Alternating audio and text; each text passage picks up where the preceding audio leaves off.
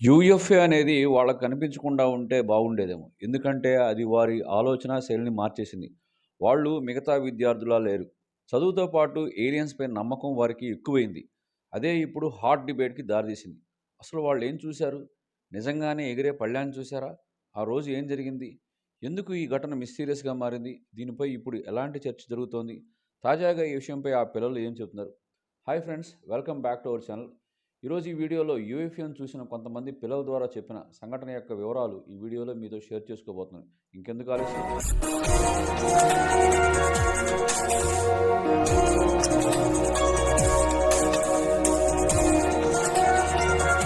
1994 September 16 ఆఫ్రికాలోని జింబాబ్వేలో ఓ స్కూల్లో చాలామంది పిల్లలు ఉన్నారు.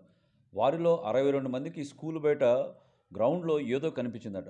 అది ఎగిరే పళ్ళెంలా ఉందని చెప్పారు. డిస్క్ షేప్లో కనిపించిందని తెలిపారు.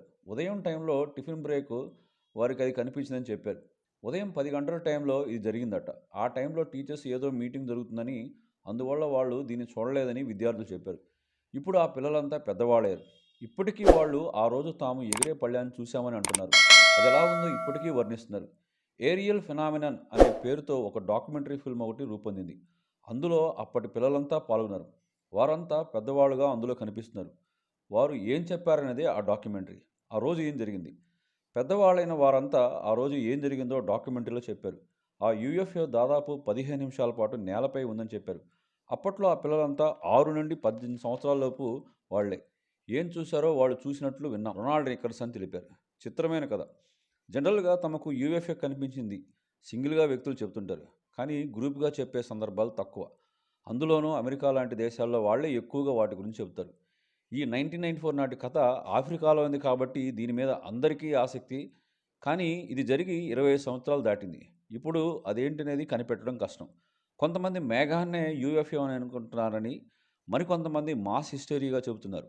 ఒక అంచనా ప్రకారం మనం ఏలియన్స్తో కలవాలని ఎలా అనుకుంటున్నామో వాళ్ళు కూడా మనల్ని కలవాలని అనుకునే ఛాన్స్ ఉంటుంది. కాబట్టి ఈ భూమిపై ఏలియన్స్ ఉండి ఉంటే ఖచ్చితంగా మనతో మాట్లాడేవాళ్ళు. అలా జరగట్లేదంటే ఏలియన్స్ భూమిపై లేనట్లే అంటున్నారు కొందరు. మరి ఆ పిల్లలు ఏం కనిపించింది అనేది ఇప్పటికీ మిస్టీరియస్గా ఉంది. చూశారుగా, మీలో ఎవరైనా కానీ యూఎఫ్ఓ చూసినట్లయితే కామెంట్ బాక్స్లో కామెంట్ చేయండి. ఇదండి ఈ వీడియో విశేషాలు. వీడియో నచ్చినట్లయితే లైక్, షేర్ అండ్ కామెంట్ చేయండి. సబ్స్క్రైబ్ చేసుకోవడం మర్చిపోవద్దు. మళ్ళీ ఇంకొక మంచి వీడియోతో మీ ముందుకు వస్తాను. అంతవరకు take care, see you, bye.